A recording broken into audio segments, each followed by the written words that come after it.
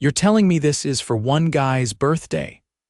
Myra Zeller whispered as she stepped onto the marble floor of the private rooftop terrace, the skyline of Manhattan glittering behind her. She adjusted the strap of her black velvet dress and looked around at the rows of crystal glasses, the gold-lined dinner plates, and the string quartet warming up by a fountain that looked like it belonged in Versailles.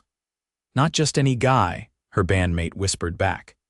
That's Yaron Hale. Investment tycoon, owns like half of Wall Street, Myra blinked.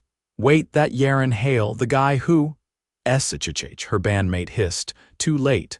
A man across the terrace turned, a glass of champagne in his hand. Tall, sharply dressed in a suit that probably cost more than her entire apartment and with a jawline that could cut glass. His eyes locked onto hers, intense, curious, and then he smiled. Oh no, Yaron Hale walked toward her like the world bent under his feet. You're the singer, Myra straightened. I am, happy birthday. A lopsided grin tugged at his mouth. Thanks. You have a name, or do I just call you the woman about to save my party from total boredom? Myra, she said, already regretting every second of this. He offered his hand. Yaron. I know, she said before she could stop herself. He chuckled. Of course you do. The band started playing behind her cue. Excuse me, she said, stepping away, trying to ignore the way his gaze stayed on her as she walked toward the mic. Her heart was pounding louder than the bass. She had sung in smoky lounges, weddings, a few hotel lobbies, but nothing like this. She took a breath, lifted her gaze, and started. Her voice floated over the crowd like silk. She didn't look at him again. Not until halfway through the second verse, when she caught him watching her like no one else existed. His expression wasn't arrogant or smug like she expected. It was captivated, and just like that, something shifted. After the set, she tried to slip out unnoticed. Leaving without saying goodbye. His voice stopped her at the elevator. She turned. Didn't think the birthday boy would notice. I noticed everything, he said. Especially you, she laughed, more nervous than amused. That line work on the stock market floor too? Yaron tilted his head. Come have a drink with me, she shook her head. Not really my scene. Then let's make it yours, he said, eyes gleaming. Just one drink, no pressure. She hesitated. She shouldn't. This was not her world. But something about the way he said it, like he wasn't trying to impress her, just see her, made her stop thinking. One drink, she said. He led her to a quiet corner, away from the crowd. The waiter brought over 2 glasses of something she couldn't pronounce. So Myra, he said, leaning forward, elbows on the table, where'd you learn to sing like that? Small town. My mom ran a diner. I sang to keep the regulars from falling asleep in their pancakes, he laughed. You're funny. And you're rich, he raised a brow. That bother you? She took a sip. Not unless you expect it to impress me, he grinned. I don't. Then, softer, but I do want to get to know you, she blinked. Why? Because you're the first person tonight who didn't treat me like a walking dollar sign. Her stomach twisted. This couldn't be happening, she stood. Thanks for the drink. Happy birthday, Yaron, he stood too. Can I see you again? Myra hesitated. I don't date clients, I'm not your client, you paid for the band. He took out his wallet, pulled out a sleek black card, and placed it on the table. Then consider it a tip. Now I'm just a guy asking a woman for another chance to hear her sing. She stared at him, and before her better judgment could scream loud enough, she said, Fine, 1 coffee. His smile lit up like the skyline behind him. Tomorrow, she agreed, walking away before she could change her mind.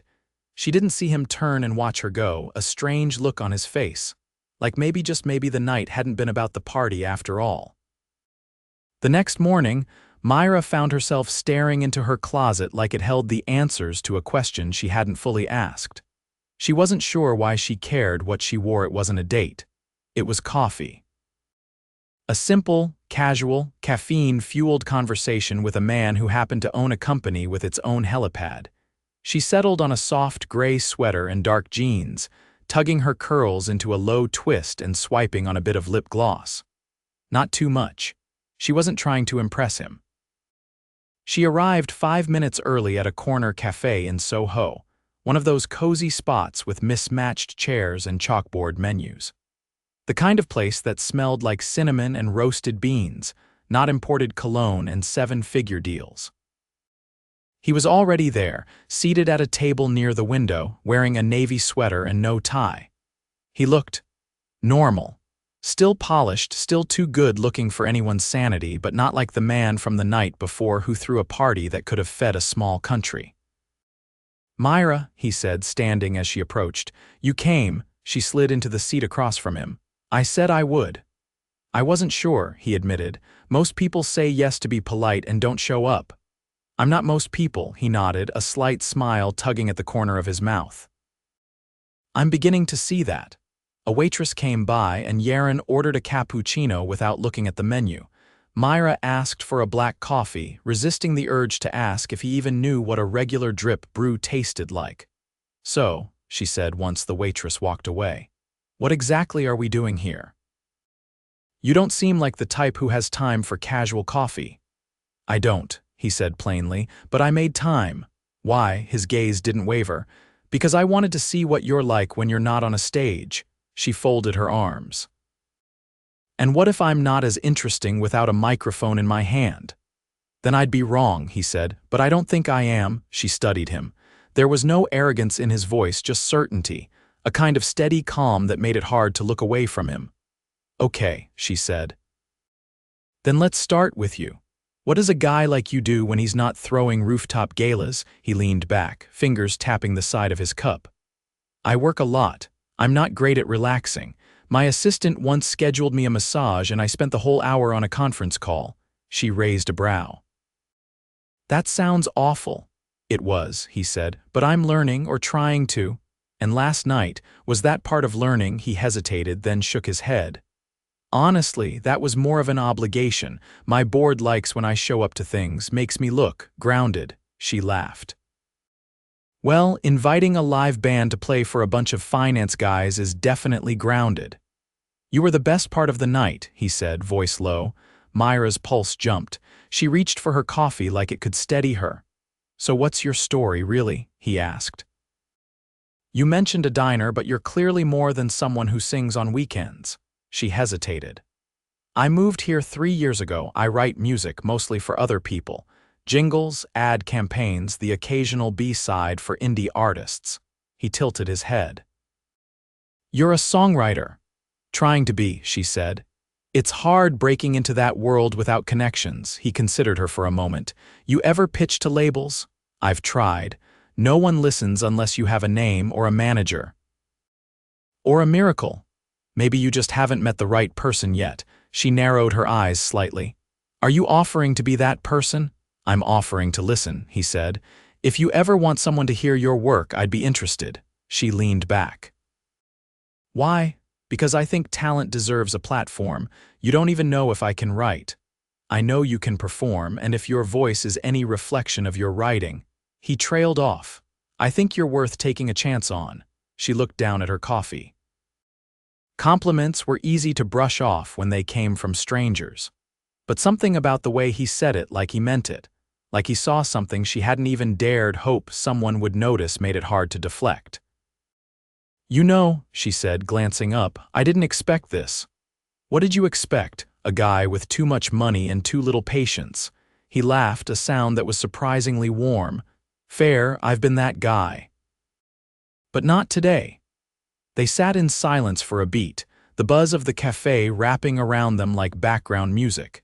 Outside, the sky had shifted from gray to pale blue. He reached into his coat pocket and pulled out a slim leather wallet. "I know this wasn't a business meeting," he said, sliding a card across the table, "but if you ever want to send me one of your songs, I'd like that." She glanced at the card. "No logo. Just a name, a number, and an address uptown. I'm not asking for anything," he added. "Just don't bury your work in silence." She nodded slowly. "I'll think about it." "Good," he said, standing as she did. "Because I have a feeling you're not meant to stay in the background." Outside, the wind had picked up. He held the door open for her and she stepped out into the street, her coat wrapped tight. "Thanks for the coffee," she said. "Thanks for showing up," he replied. Then he turned and walked away, disappearing into the crowd without a driver, a bodyguard, or any of the trappings she'd expected. Just a man who'd listened, and left her with something she hadn't felt in a long time: hope. Myra stood at the edge of the rooftop garden, trying to ignore the fact that her knees felt like they belonged to someone else. The invitation had arrived 2 days after their coffee hand delivered, pressed into her palm by a man in a charcoal coat who vanished before she could ask a single question. It had been printed on thick cream paper, the kind that whispered money just by the texture, an exclusive charity auction. Black tie. Hosted by Hale Holdings. She hadn't planned to go, but curiosity had a way of gnawing at her resolve, and the idea of seeing Yaron again on his turf, in his world, had pulled her here like gravity. She wore a midnight blue gown she'd borrowed from her bandmate's cousin, who worked in wardrobe for off-Broadway productions. It was tailored just enough to pass, the hem brushing her heels as she wandered through the crowd. Conversations buzzed around her like polished bees: venture capital, art acquisitions, a new tech merger in Berlin. She didn't belong here. And yet, when Yaron entered the garden from the opposite terrace, her stomach tightened like she'd stepped onto a stage without a set list. He wore a tailored black tuxedo, the collar crisp, the cufflinks silver. His eyes scanned the crowd once, landed on her, and stayed. "You came," he said, reaching her in a few strides. "I wasn't sure you would." "I wasn't either," she said, lifting her chin. "But then I thought, why not see how the other half auctions off paintings?" He chuckled, and this time there was something almost private about the sound. "Don't worry," he said. "You're not here to be impressed. You're here because I hoped you'd let me show you a part of my life I don't usually share." She looked around. "Seems like there are a lot of parts you don't share. This place feels like a movie set. It's a rented rooftop. The real auction's downstairs. I came up to breathe. Hard to imagine you needing air in your own house. It's not my house, it's the firm's event space. I just sign the checks." She folded her arms, studying him. "You're different than the man I met at the cafe." He didn't flinch. "And which one do you think is real?" "That's what I'm still figuring out." He looked out at the skyline for a moment, then back at her. "There's a piece being auctioned tonight, a painting. My father bought it at his first gallery opening after leaving the service. It hung in our apartment until the day he died." That caught her by surprise. "Why is it being auctioned?" He hesitated. "Because my mother sold it without telling me. Years ago. I only found out last month it ended up in a private collection. The foundation acquired it for tonight."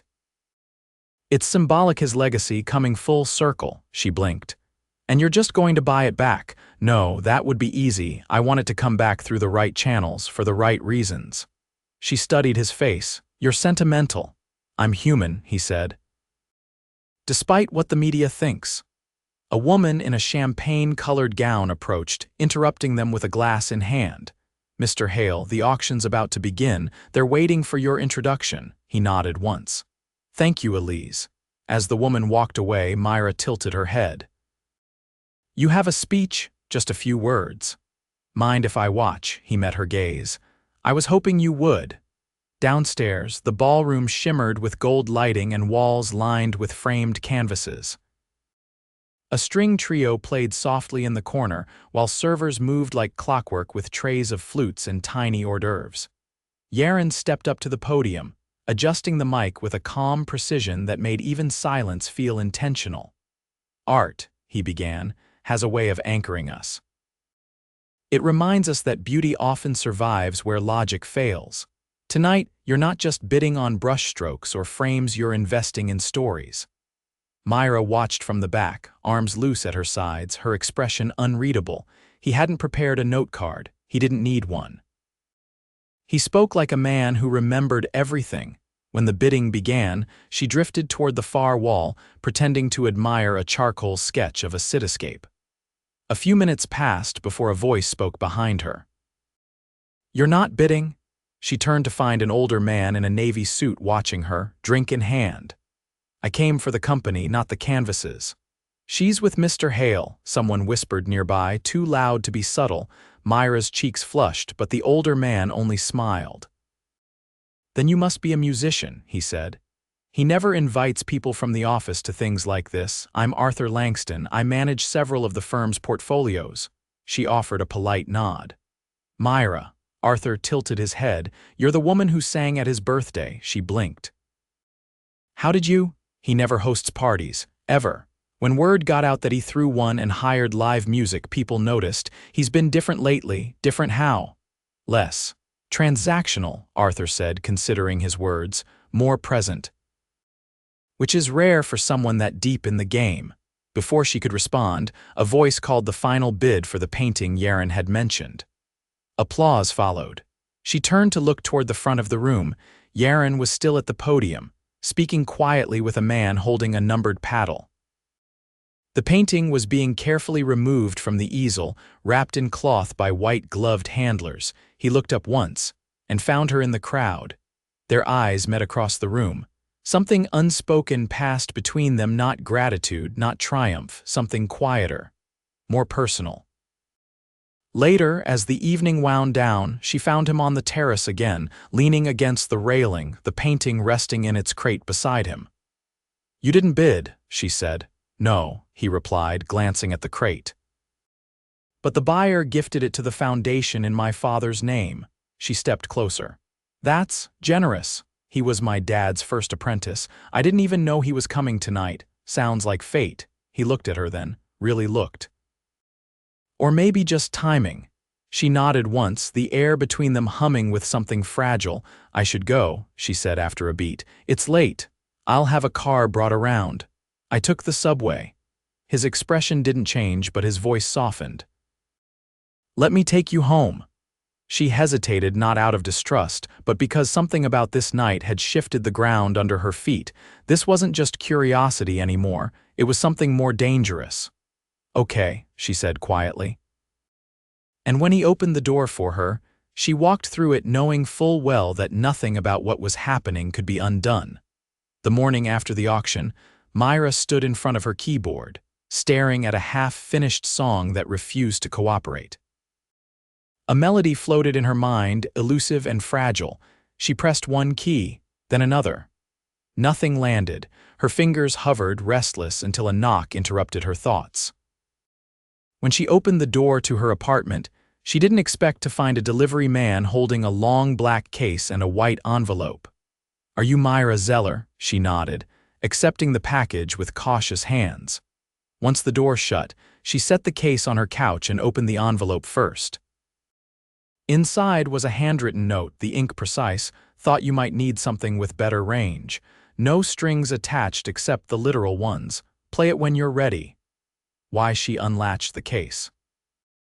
Inside lay a vintage Martin acoustic guitar, its wood deep amber, the grain smooth and shimmering under the morning light. Her breath caught. Instruments like this didn't just appear. They were hunted down, fought for, loved. She touched the fretboard like it might vanish. Yaron hadn't asked anything of her, no pressure, no expectation, but he'd listened. Again, that afternoon she took the train uptown. She didn't call ahead, she didn't need to. The doorman recognized her and waved her through like she'd been coming for months. Yaron opened the penthouse door himself, sleeves rolled up, a pair of reading glasses hanging from his collar. I was hoping you'd come, he said, stepping aside.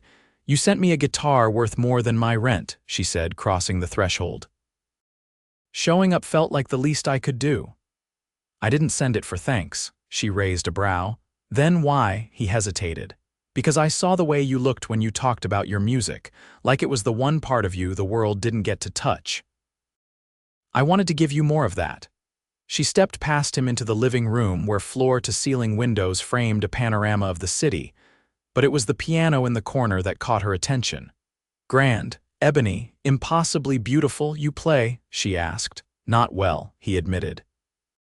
My father did. He taught me enough to appreciate silence. She turned to him. You're not what I thought. Neither are you, he said. You're not just talented, you're brave. You walk into rooms that weren't built for you and you don't shrink. Myra looked away, the compliment landing deeper than she wanted to admit. He moved toward the bar, pouring 2 glasses of something amber and neat. Come sit, he said. She joined him by the fire, curling her legs beneath her on the velvet sofa. He handed her a glass and they sat in the quiet for a moment. "I want to ask you something," he said, eyes on hers, "and I mean it without strings or expectations." She nodded cautiously. "Go on." "I'm attending a retreat next weekend. A foundation I chair is hosting a private concert series upstate. 3 nights, artists, philanthropists, a few studio executives. I'd like you to be the featured performer." Her jaw tightened. "Yaron, no contracts, no obligations. You'd be staying as a guest. You'd perform twice, anything you choose. I'll pay your usual rate and then some. But the rest of the time you'd just be there, among people who need to hear voices like yours." She stared at him. "You really think I belong in a place like that?" "I don't think," he said. "I know," she looked at the fire. "I'll think about it." "Fair," he said softly. The next morning she said yes. The weekend estate was tucked into the Catskills, a sprawling stone manor surrounded by pines and silence. The guests arrived by black cars and whispered introductions. Myra wore a soft bronze dress, her curls pinned half up, her guitar in hand. She sang on the second night. The audience was quiet, focused, not a single phone in sight. When she finished her final song, one she'd written the week before, still raw around the edges, there was a full beat of silence before the applause began. She didn't look at Yaron during the entire performance, but she felt him. Later, when the guests had filtered into the lounge and the fire crackled low, he found her outside on the stone balcony, arms folded against the chill. "You were remarkable," he said. She didn't turn. "They didn't clap for me. They clapped for the idea of me." "It's not the same." He stepped closer. "I didn't clap at all." She glanced at him. "Why not?" "Because I was too busy realizing I'm in love with you." The world narrowed, her voice caught in her throat. "Yaron, I didn't plan for it, I didn't want it, but it's happening. Every time I see you, I want to know what you're thinking. Every time you sing, I feel like I'm hearing something I've never known before. You've changed everything." She turned fully now, eyes searching his. "This isn't my world." "Then let's build one that is." She swallowed. "I'm scared." "Me too," he admitted. "But I'd rather be scared with you than safe without you." Tears welled, uninvited. "You don't even know what loving me looks like." "Then show me," he said. "One note at a time." She stepped forward. "You really mean it," he nodded. Every word. She kissed him. Not with hesitation, but with everything she hadn't dared to hope for. And when he wrapped his arms around her, the cold vanished. Back in Manhattan, he bought her a loft with a recording studio built into the second floor. She didn't ask for it. He had the key delivered inside a guitar case. She released her first EP 6 months later. Independently. Authentically. He stood in the back of the launch party, hands in his pockets, watching her light up the room. She caught his eye through the crowd. That smile said one thing. She had his heart, and she wasn't giving it back. Myra leaned against the studio glass, watching the sound engineer adjust the final mix of her second single. The room buzzed with low voices, the scent of coffee and fresh cables clinging to the air. She hadn't slept in 20 hours, but her pulse beat with something richer than exhaustion. She was building something that belonged to her, from the ground up. Yaron stepped through the doorway, loosening the button at his collar. He didn't speak right away, just studied her with the same unwavering focus she'd come to recognize. He waited until the engineer stepped out before moving closer. "You didn't eat," he said, setting a small container on the console beside her. She lifted the lid. Soba noodles, still warm. "How do you always know exactly what I need?" she asked. "I pay attention," he said simply. "Not just to the big things, the little ones too." She hooked a strand of hair behind her ear, not quite able to meet his eyes. "You didn't have to come all the way here." "I did," he said. "Not because I needed to, because I wanted to." He reached into his coat and pulled out a thin folder. "I have something for you."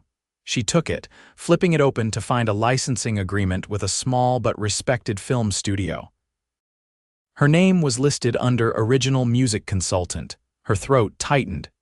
"Is this real?" "They heard your first track. The director reached out to me asking if I had a way to contact you. I told him I'd pass it along. The rest is up to you." She pressed the folder against her chest. "This is everything I've been fighting for." "I know," he said. "I just opened the door, you're the one who walked through it." She leaned into him, her forehead resting against his shoulder. "You always do this. You show up right when I need you." "That's not luck, Myra." "That's love." She looked up at him. "You say that like it's easy. It's not," he said, "but it's the only thing that makes the rest of this chaos worth it." She slipped her hand into his. "Come with me," he raised one brow. "Where?" "To the place I wrote the first song," she said. "Before any of this started. Before you." They took the train out of the city, no driver, no fanfare, just the two of them, side by side, knees brushing. The late spring air softened the edge of the platform as they arrived at a small coastal town where Myra had once worked nights cleaning a library, stealing moments at the upright piano in the reading room after hours.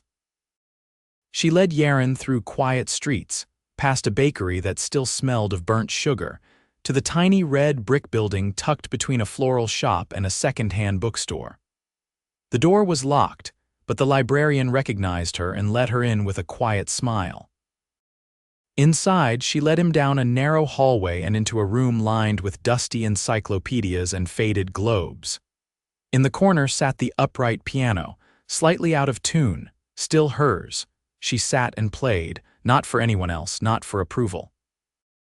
Just for the boy in the expensive coat who had become the only constant in a life that never stopped shifting. When she finished, she didn't look at him. She didn't need to. "I bought this building," he said quietly. She turned. "What?" "I'm having it converted into a community arts space. Classes, performances, no auditions, no rejections, just access." Her breath caught. "Why?" "Because this is where your music started, and I want other people to have the chance to find theirs." She stood slowly. "You didn't have to do that, I know," he said. "But I wanted to give something back to the thing that gave me you." She crossed the room and wrapped her arms around him. "You are absolutely impossible." He kissed her cheek. "That's why you love me." She pulled back slightly. "I do. I really do."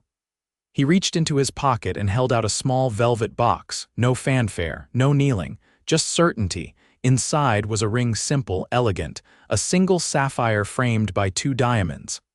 "I don't care where we live, what title you use, or how long it takes to finish your next album," he said. "But I want to build it all with you, every note, every silence. Will you marry me?" She stared at the ring, her heart thudding loud enough to drown out the world. Then, without hesitation, she whispered, "Yes." They didn't rush the wedding. They planned it quietly, in between studio sessions and board meetings. No press, no headlines, just the people who mattered.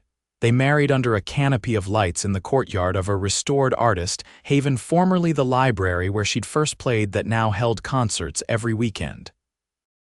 She wore a pale gold gown that shimmered like dusk. He wore a navy suit with no tie, his hand never leaving hers. After the vows, he surprised her with a string quartet performing the very first melody she ever wrote. Not polished, not perfect, just hers. She laughed through tears. "You remembered the whole thing." "I remember everything about you." Years passed, but the rhythm between them never broke. She released 3 more albums, each one more fearless than the last. He continued to build, but he left his office earlier now, dinners waiting at home, music playing low from the speakers. They adopted a rescue dog that hated elevators but adored her voice. They traveled when they could, quiet places, loud cities, anywhere they could disappear into each other a while. One night, curled beside him on the balcony of their townhouse, she rested her head on his chest and said, "Do you ever miss your old life?" He touched her wedding ring gently. "Not for a single second," she smiled. "What changed?" He didn't hesitate. "You made everything real." And in that moment, with the city humming low beneath them and their hearts beating in perfect time, there was no doubt left at all. They had rewritten the ending. And this time, it was exactly where they belonged. Forever together.